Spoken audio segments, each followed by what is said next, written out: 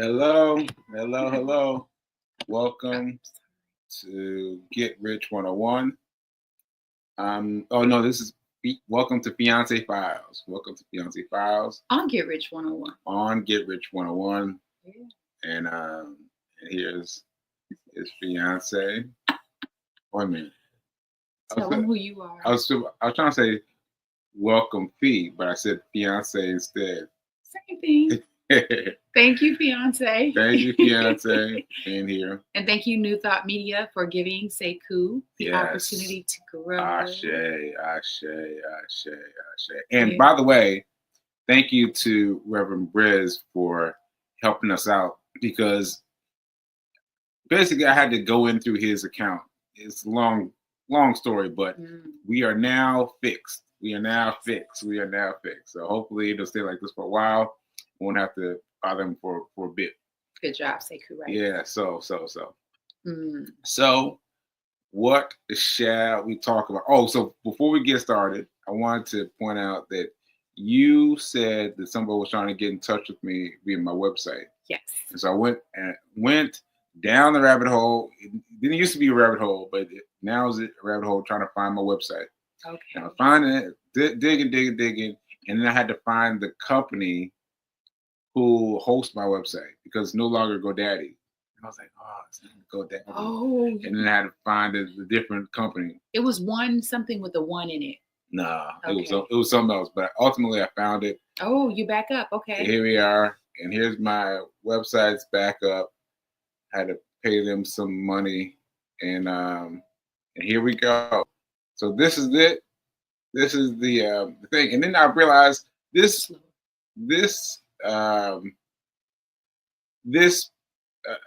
website is so old, right? Like I've got Book Sekou on here, and I've got old stuff. That's not old. Yeah, it's old. Babe, this is not old. It's old. This isn't. That's you. It's old. Well, I feel that way about my old things I've done.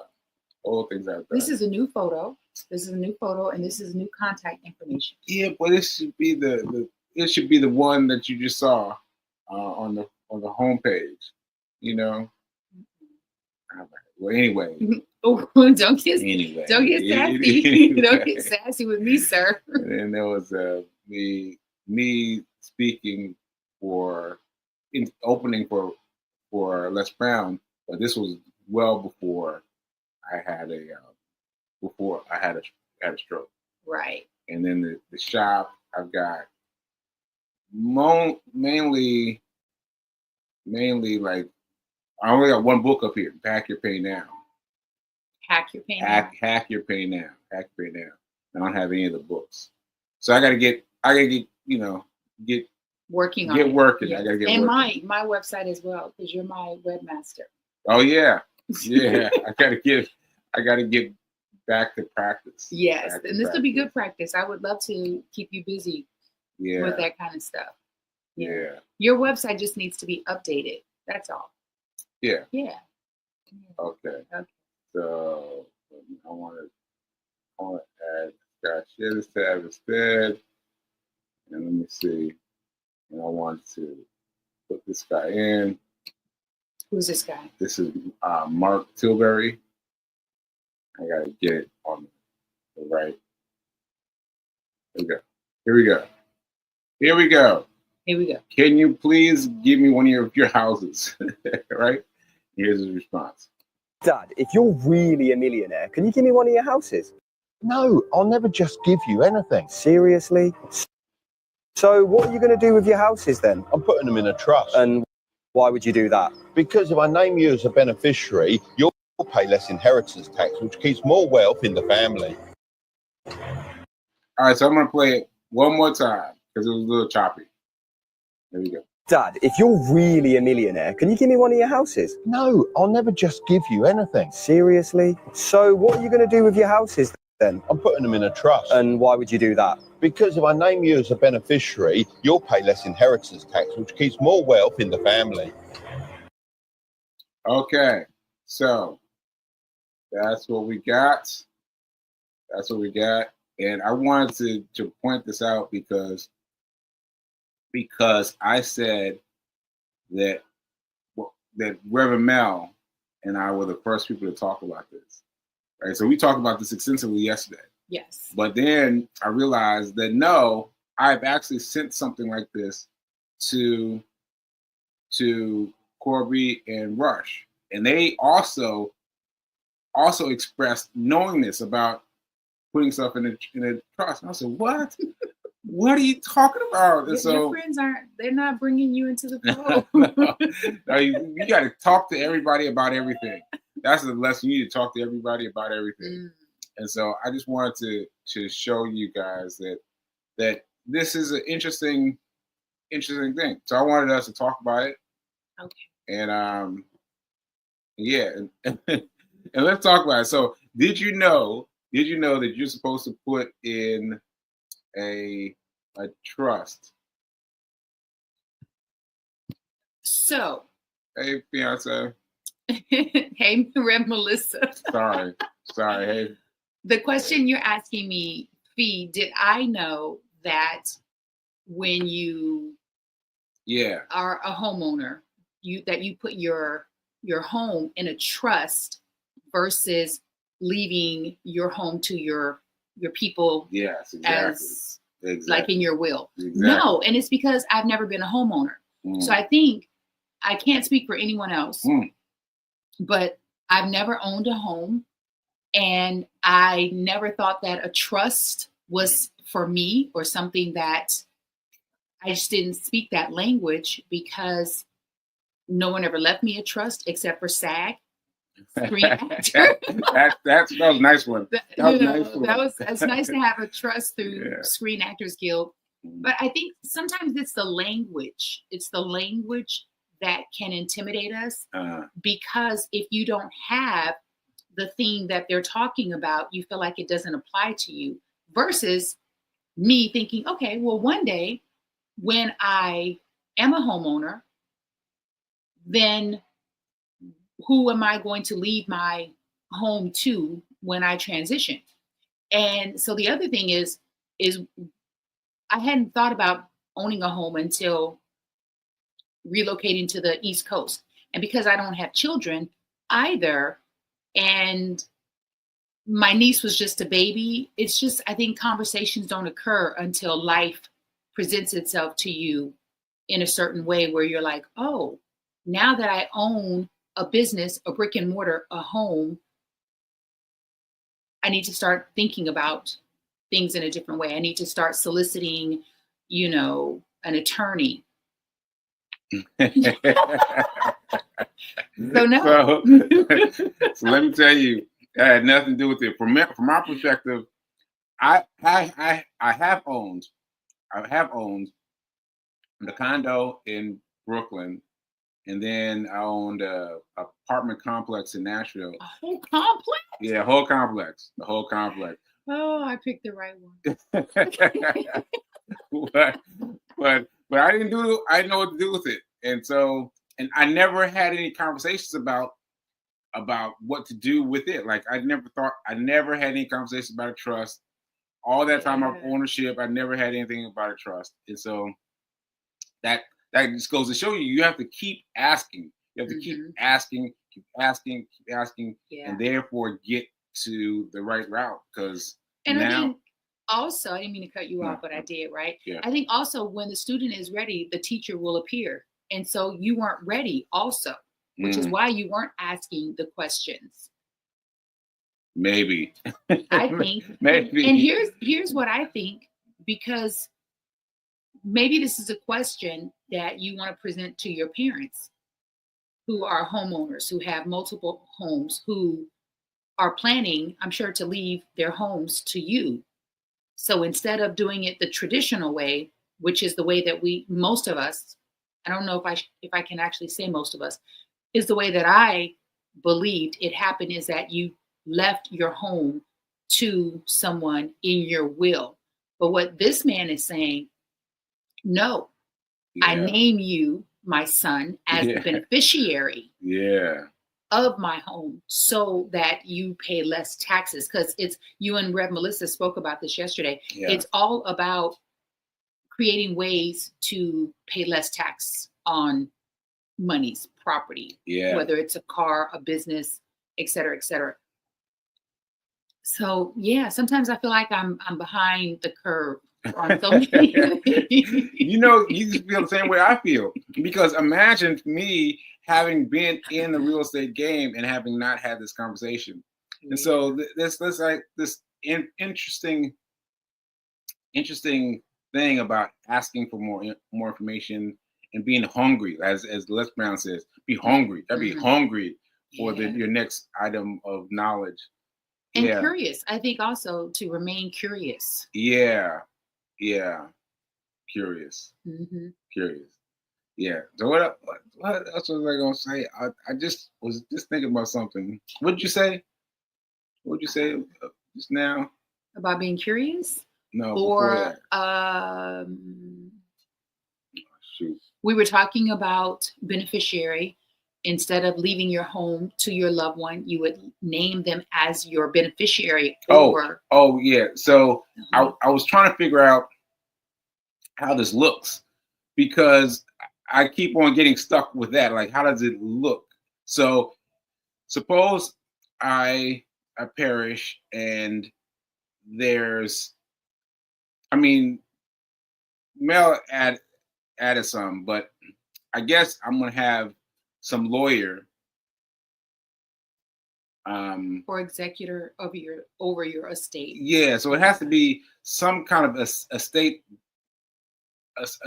lawyer that has this process, so that if I pass away, there's still someone in their circle that can reach out to the people who's supposed to be reached out to, and then and inform them. And I was just trying to think of, like, what does that even look like, you know? So because I do have some knowledge of that, dealing with my cousin's death.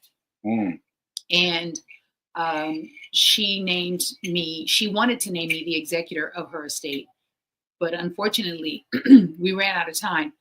So one of the things I would also say is, and this is one of those things where sometimes I don't know why people, and I don't want this to come off as judgment. I'm really curious as to why we don't spend the time to plan for death. We spend time planning for life. Yeah. You know, you get pregnant, the baby's coming, you have a baby shower. Well, how about a death shower? Because I don't know, and I've not read of anyone who has escaped death. It is the inevitable cycle of life. We are all going to go there. And so you will be the person to name your executor, Sekou, of your estate. You would be the person to name your executor of your estate. Okay. I was just thinking about Weezy. Did she have something like this? Did she have my cousin Rosetta or Louise? Louise, your best friend who passed away. Oh gosh. I mean, no, I have no idea, because we didn't have those conversations, because we weren't mature enough. And because she's a best friend and she had a mom and a sister, that's the conversation that they would have had together. So I have no idea. Okay. So just to inform you guys, B's best friend, Louise, passed away from something. Cancer. From cancer, My best friend for life. Yeah. Ashe. All right. So I guess I'm really trying to talk about this for a third time, because I want to get it in me. Because I realized after I talked to Rev Mel that I'd already sent it to Rush and Corby. Okay. And I'd already got it up in here, but I didn't get it locked in. So this time I'm trying to get it locked in. And I think it requires several conversations. However, I really think the person to speak with, there are two. There are many, but two that I know that you have access to right now today, which is Darvell Williams, my insurance agent. He can help you understand it, overstand it. He can help you set it up. Also a financial person outside of our financial advisor, who is Chris Bygrave. So we met a lady last Saturday. Sekou and I went to Berkeley College Oh for yeah. for a vision board workshop, which was. And wait, oh, sorry. And shout out to me because I'm serious. Shout out to me because I stepped into it, because I could have said, no. I don't want to speak. I'm just here to participate. I just want to watch. All those excuses jumped into my head. I couldn't tell. But I didn't. I said, yes, I will speak. And right then, and so I give myself that decision point was either or. Yes. And I felt like I wanted to go back. Like, oh no, just do you. But I stepped up anyway. Well, let me break this down for you, because I was sharing with this group of women that I work with on Wednesdays in Brooklyn. The lady asked me how my weekend was and my week, and I said, and then I remembered. I was like, oh, it was amazing. Sekou and I attended this vision board workshop at Berkeley College. As soon as we walked in, the woman, we didn't know she was a facilitator. She gravitated towards Sekou. You could tell she recognized him. She came over and she hugged him and she said, I'm so inspired by your story. I was like, wow. I've been following you on social media. And then she said, she didn't say, will you? She said, I want you to speak today. I want you to share your story. I shared with one of the ladies, I said, and you know what? I said, Sekou was a speaker before his stroke. After his stroke, he's been speaking. He's had about 7 speaking gigs.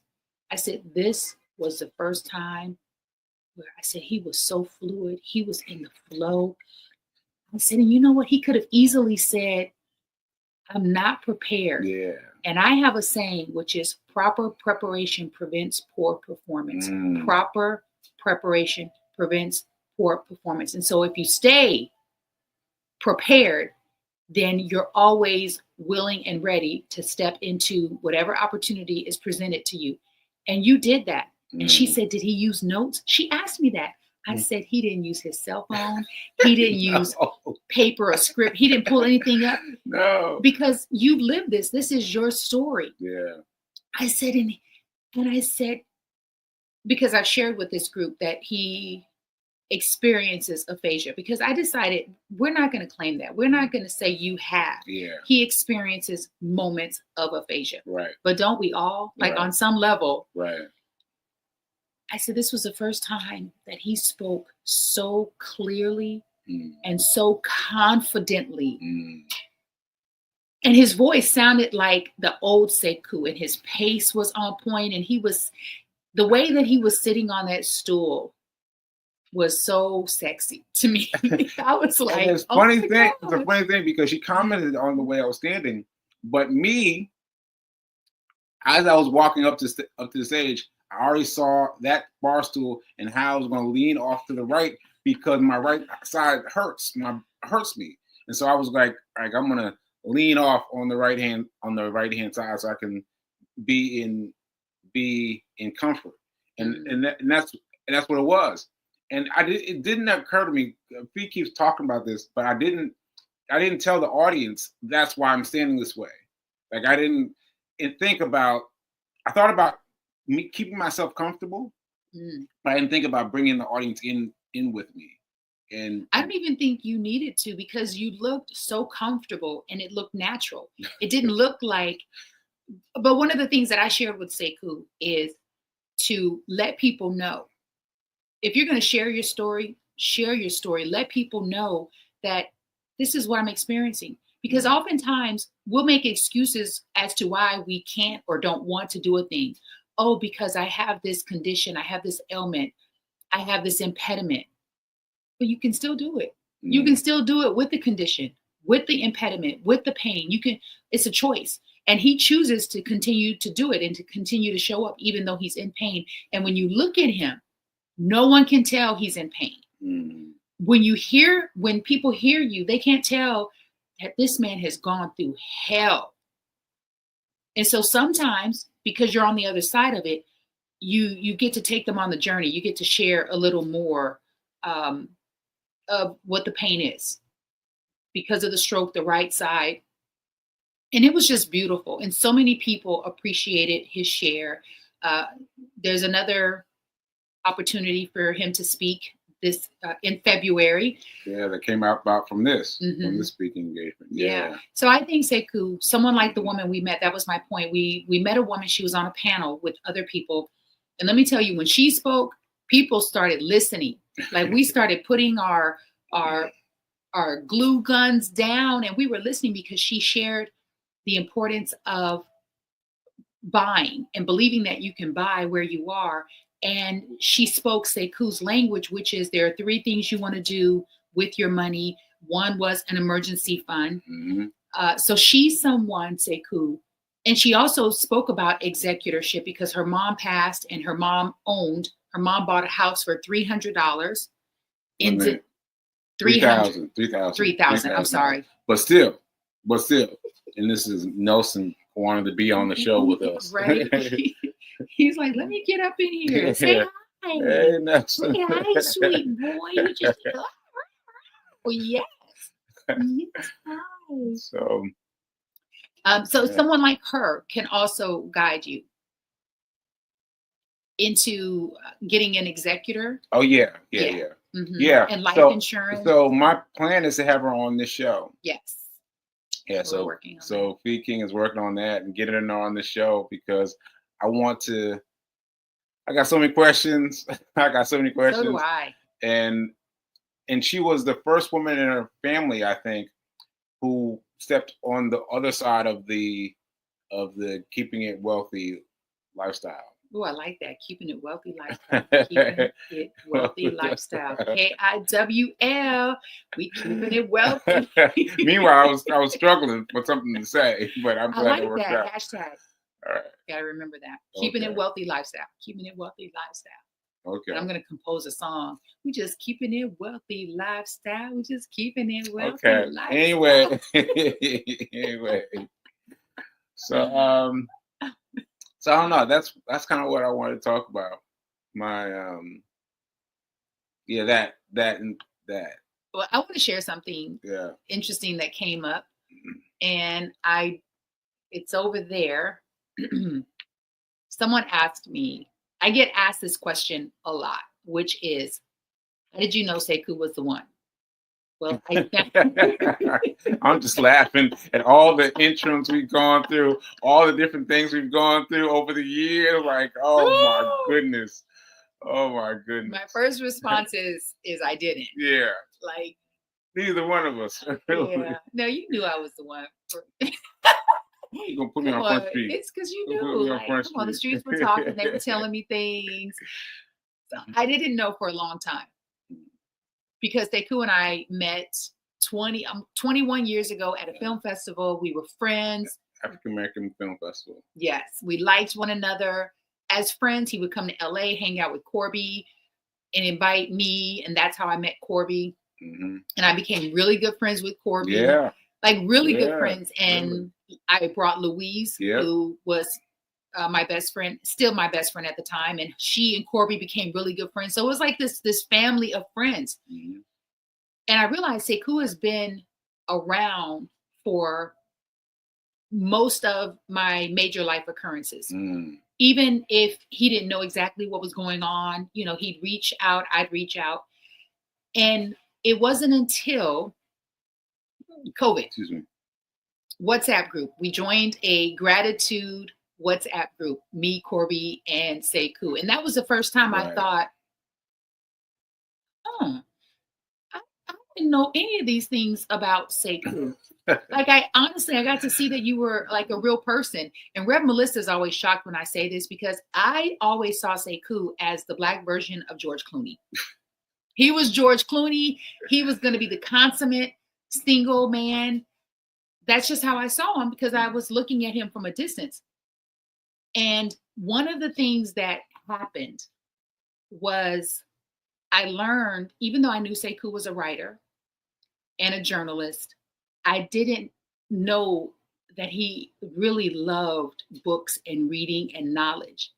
And for me, I was just like, it was like I was a puppy and my ears perked up. And yesterday I was looking for my book, The Boxcar Children. Sekou has this beautiful bookshelf. Mm-hmm. And I saw this little book titled The Science of Getting Rich. Mm-hmm. I pulled it out, and I have a book titled The Science of Getting Rich. Mm-hmm. Sekou has a podcast based on mm-hmm. The Science of Getting Rich. Mm-hmm. And I put the books up side by side. I said, this is how you know that I'm your plus one and you're my plus one. I said, because we have the same books in different formats. Mm-hmm. And we've been on the same journey in different ways. And because of being on the same journey in different ways is how we were able to come together. Mm. And there were other things, but for me, it was mainly that he was hungry for knowledge. And I love that Sekou is a sharer and a connector. Mm. He loves to share, and he loves to connect with people and connect people to one another. Mm. And then lastly, and I remember my mom saying this when I was a kid, and when you're a kid, you're not able to process and digest certain things because you're not there yet. And so as a kid, I didn't really understand the importance of finding a man who loves his mother. And I remember my mom saying that a lot. And I was like, but I don't even like men. Like, I'm 8. What are you talking about? And now I get it. And this man loves his mother.